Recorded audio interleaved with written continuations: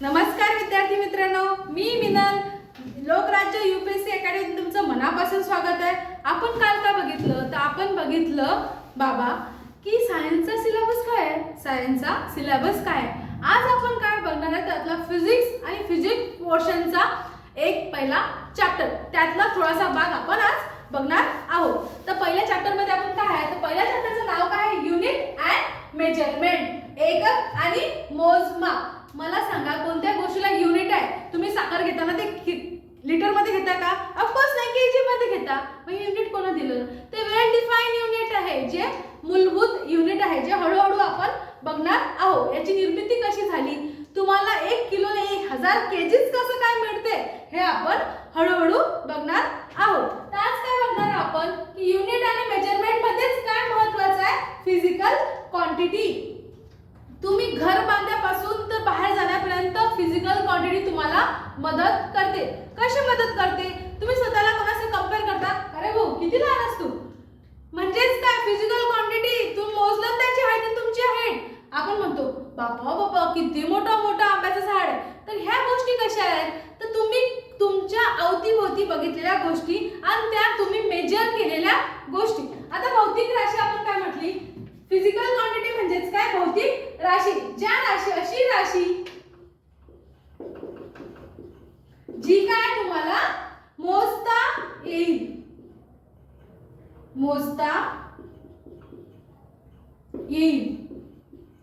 अशा गोष्टीला काय म्हणतात, फिजिकल राशी किंवा भौतिक राशी। त्याचे काय आहेत आपल्याला माहित पडते, त्याचे 4 प्रकार आहेत। त्याचे मुख्य 4 प्रकार आपल्याला पडताना दिसतात। तर पहिला कोणता आहे तर फंडामेंटल राशी। पहिला कोणता आहे, फंडामेंटल राशी म्हणजेच काय, मूलभूत राशी। आता फंडामेंटल राशी म्हणजेच काय, जे नियम कधीही बदलणार नाही। तुम्हाला माहिती आहे तुमचं घर तुमची आई चालवते, तुमच्या घराची एक प्रथा आहे जी वर्षानुवर्ष चालत आलेली असेल, ती झाली तुमची मूलभूत राशी, जे कोणी कधीही आल्यावर बदलू शकत नाही। तर आपल्याला माहिती आहे की आपल्याला 7 प्रकारचे फंडामेंटल युनिट बघायला भेटतात, जे कधीच कोणी बदलू शकत नाही। का? त्याचं कारणही गरजेचं आहे। जर आज येऊन कोणी म्हणेल की बाबा मी 1 किलोमध्ये 1000 ग्राम देते, कोणी म्हणेल मी 1 किलोमध्ये 2000 ग्राम देते, तर हे जे मॅनेजमेंट आहे ना, ही कधी चुकायला नको। त्यासाठी आपल्याला फंडामेंटल क्वांटिटीज म्हणजेच काय, मूलभूत राशी दिलेल्या आढळतात। दुसरी गोष्ट म्हणजेच काय, डिराइव्ड क्वांटिटी। आता डिराइव्ड क्वांटिटी म्हणजेच काय की अंड्यापासून ऑमलेट बनतेच, पण ऑमलेट बनवताना मीठ टाकतो, जिरं टाकतो, म्हणजेच काय डिराइव्ड, ते कशापासून उत्पन्न झालं। तर डिराइव्ड म्हणजे काय की उत्पन्न राशी, म्हणजेच काय की 2-3 गोष्टी मिळून जी राशी बनते तिला काय म्हणतात, उत्पन्न राशी। याचे उदाहरण पण बघणार आहे, डेफिनेशन पण बघणार आहोत।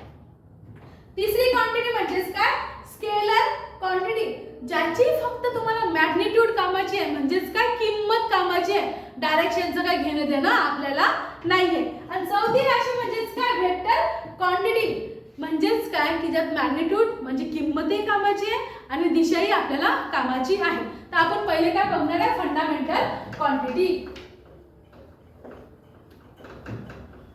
फंडामेंटल क्वांटिटी, आता फंडामेंटल क्वांटिटी म्हणजेच काय बाबा,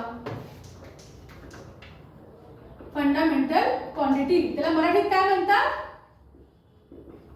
मूलभूत राशी। आता फंडामेंटल क्वांटिटी म्हणजे काय, अशी राशी जी मूलभूतरित्या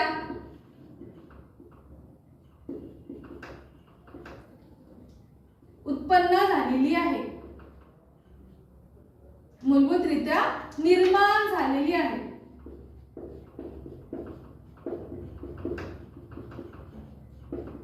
म्हणजेच काय, एक्झाम्पल काय आहे, तर एक्झाम्पल आपल्याला माहित आहे, तुम्ही कोणाचीही उंची मोजा, तर उंची तुम्ही लेंथ मीटर मध्येच मोजणार।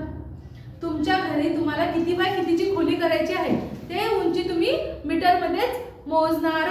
तर मीटर म्हणजेच काय, लेंथ झाली। लेंथ म्हणजेच काय, लांबी जी आहे ती तुम्ही मीटर मध्ये मोजता। लांबी कशामध्ये मोजता, मीटर मध्ये। फंडामेंटल युनिट आहे, तुम्ही भारताच्या जगापाठीवर कुठे जा तुम्हाला लेंथ मीटर मध्येच मिळणार कोणती गोष्ट, तुम्ही अमेरिकेत जा तेही मीटर मध्येच मिळणार। कोणताही कपडा घ्या तुम्हाला, म्हणजे ग्रीनलँड पासून तर खाली अंटार्क्टिका पर्यंत जेवढे आर्टिक ओशन जिथेही जासाल तिथेही राशी काय आहे सेम असणार. याची व्हॅल्यू सेम आहे. कुठूनही कुठपर्यंत जा, नॉर्थ ते साऊथ, ईस्ट टू वेस्ट, तुम्हाला याची क्वांटिटी क्वालिटी सेम दिसणार. म्हणजेच काय की बाबा हे मूलभूत आहे, कुठेही चेंज होत नाही. व्हिएतनाम म्हणजे जेवढा किलोमीटर रस्ता असेल तेवढाच भारतात किलोमीटर मध्ये मोजतात. त्याला म्हणतात फंडामेंटल क्वांटिटी. आता किती प्रकारचे आहेत आपल्याला माहितात. मुख्य किती प्रकारचे आहेत तर 7 प्रकारची राशी आपल्याला बघायला मिळतात. पहिली म्हणजे कोणती मास. आता मला सांगा कोणते वजन मोजायचं असेल तर आपण केजी मध्ये मोजतो. कारण हो किती किलो साखर आणली, 5 किलो साखर आणली, लग्न आहे 20 किलो तेल आणतो बरं. तर ही मास आपल्याला मोजावं लागेल, आपलं स्वतःचं मास. पुढे आणखी गोष्ट जुळते म्हणजेच काय ग्रॅव्हिटेशनल. जेव्हा आपलं मास कसं मोजतो आपण, ग्रॅव्हिटेशनल मध्ये ते मास कसं कॅल्क्युलेट होते आपण पुढे बघणार आहोत. तर मास म्हणजे काय की ते केजी मध्ये मोजतात. दुसरी म्हणजे काय लेंथ. तुम्ही जगाच्या पाठीवर कुठेही जा तुम्हाला लेंथ सारखीच दिसणार. तर लेंथ कशात मोजतो आपण, मीटर मध्ये मोजताना आपल्याला दिसते. तिसरी गोष्ट म्हणजे काय टाइम. आपल्याला माहिती आहे की जगाच्या अर्ध्या भागात वेगळा टाइम असतो, जगाच्या अर्ध्या भागात वेगळा टाइम असतो, जो 5.30 मिनिटाचा अंतरावर डिफरन्स आपल्याला दिसतो. पण हा टाइम या भागामध्ये सेम आहे, या भागामध्ये सेम आहे. काही झालं तर अमेरिकेत रात्र असेल तर भारतात सकाळ होईलच. हा टाइम बदलणार आहे काय, आणि बदलला तरी बी जो सेकंद असेल तो 60 सेकंदचा 1 मिनिट आणि 1 मिनिटाचा 60 मिनिटाचा 1 घंटा, हे सर्वांकडे सेम आहे. तर यालाच काय म्हटलंय, हे सेम जे भेटते आपल्याला त्यालाच म्हणतात मूलभूत राशी.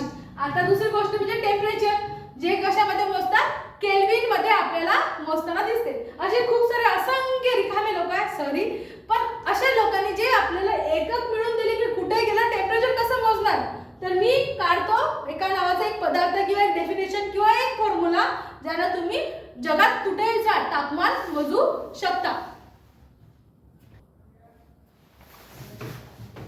पाचवी गोष्ट म्हणजेच काय इलेक्ट्रिक करंट, विद्युत धारा. इलेक्ट्रिक करंट म्हणजे काय विद्युत धारा. आता मला सांगा, तुम्हाला माहिती आहे की विद्युत धारा म्हणजे काय, काही प्रकारची एनर्जी आहे. ती एनर्जी काय एका व्यक्तीपासून एका गोष्टीपासून दुसऱ्या गोष्टीमध्ये कन्वर्ट होते, ट्रान्सफर होते. We can not destroy, we can not create काय एनर्जी.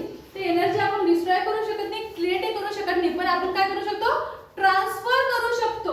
मग विद्युत धारा कुठे मोजायचं राहिलं तर कशी मोजणार की बाबा या वायर मधून किती धारा पास होते, तर ते कसं मोजणार, तर त्याच्यासाठी आपल्याला एकक काय मिळालेलं आहे एम्पियर हे एकक मिळालेला दिसते. 6वी गोष्ट म्हणजे काय ल्युमिनस इंटेन्सिटी म्हणजे प्रकाश प्रभाव.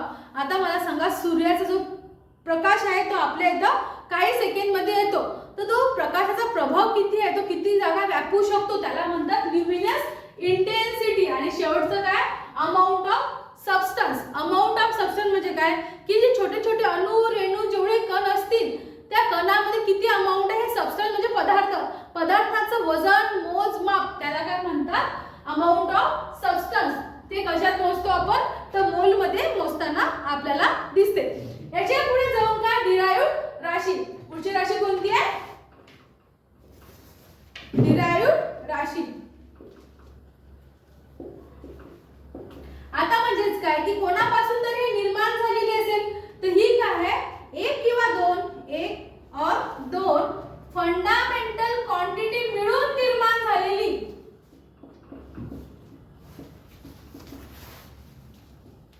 राशी म्हणजे डिराइव्ड क्वांटिटी. डिराइव्ड क्वांटिटी एक किंवा दोन फंडामेंटल क्वांटिटी मूलभूत राशी मिळून निर्माण झालेली राशीला आपण डिराइव्ड क्वांटिटी म्हणतो.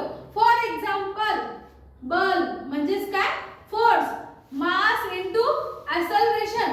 मास इनटू ऍक्सेलरेशन हे फॉर्म्युला काय आहे कसे आहे आपण सगळं हळूहळू बघणार आहोत. दुसरी गोष्ट म्हणजेच काय की स्पीड. स्पीडला मराठीत काय म्हणतात वेग. आता रेल्वेची एक्झाम देत आहे, एक रेल्वेला 10 मिनिटे वेट झाला तर तुम्हाला ते स्पीड मेंटेन करता आली पाहिजे. ते स्पीड म्हणजेच काय डिस्टन्स अपॉन टाइम. लहानपणापासून हा फॉर्म्युला आपल्या रटारट झालाय. तर हा फॉर्म्युला कसा आहे की डिस्टन्स आहे आणि दुसरी गोष्ट काय टाइम. आता मी काय म्हटलं की फंडामेंटल युनिट म्हणजे काय केजी मध्येच तुम्ही मास मोजणार, पण इथे काय झालं स्पीड म्हणजे दोन गोष्टी मीटर पर